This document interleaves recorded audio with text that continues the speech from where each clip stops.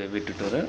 ఇక మనకి ఈరోజు ఎన్విరాన్మెంట్ డిపార్ట్మెంట్కి సంబంధించి దేవాదాయ శాఖలో గ్రేడ్ 3 ఈఓ పోస్టులకు సంబంధించి మనకి కొన్ని పత్రికలు అయితే ప్రధానంగా అప్డేట్స్ అయితే రావడం జరిగింది. ఇది ఆంధ్రప్రదేశ్ రాష్ట్రానికి సంబంధించి నోటిఫికేషన్ లేకుండా 118 పోస్టుల భర్తీకి సన్నాహాలు, ఆలయ ఉద్యోగుల ద్వారా పోస్టులు నింపే ప్రయత్నం, ఒక్కో పోస్టుకు ఇంత అమౌంట్ అంటూ కూడా ఇక్కడ ఇవ్వడం జరిగింది. సో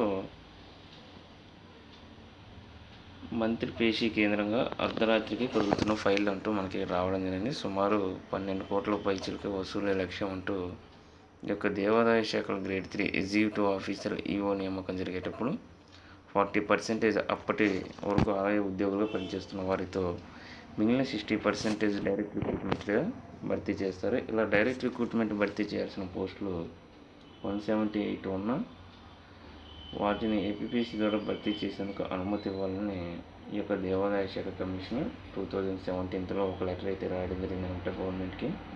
సో అప్పటి పరిస్థితుల దృష్ట్యా 60 పోస్టులకు సంబంధించి మాత్రమే మనకి నోటిఫికేషన్ రిలీజ్ అయింది.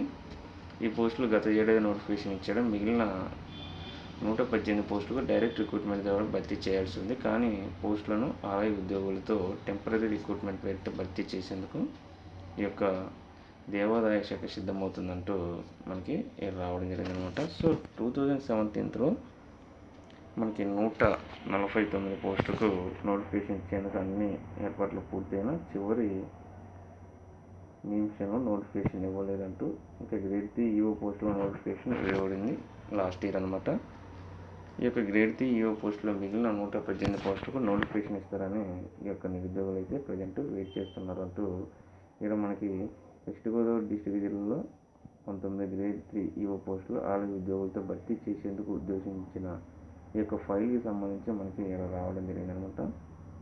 సో ప్రజెంట్ అయితే ఆంధ్రప్రదేశ్ రాష్ట్రంలో జరుగుతున్నటువంటి పరిస్థితులకు అనుగుణంగా ఈ యొక్క పోస్టులు అనేవి ఏపీపీఎస్సీ ద్వారా ఫిల్ చేయాలంటూ ఇలా మనకి ప్రధానంగా నోటిఫికేషన్ అర్థమవుతుందన్నమాట.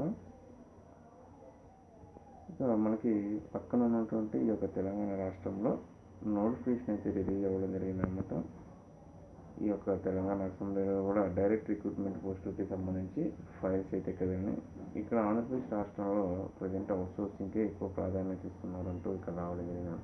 సో ఇది మనకి ఈరోజు ప్రధానంగా ఉన్నటువంటి అప్డేట్స్ అనమాట. ఇలాంటి మరిన్ని లేటెస్ట్ అప్డేట్స్ కోసం ఈ యొక్క ఛానల్ని లైక్ చేయండి, షేర్ చేయండి, సబ్స్క్రైబ్ చేయండి. Thank you.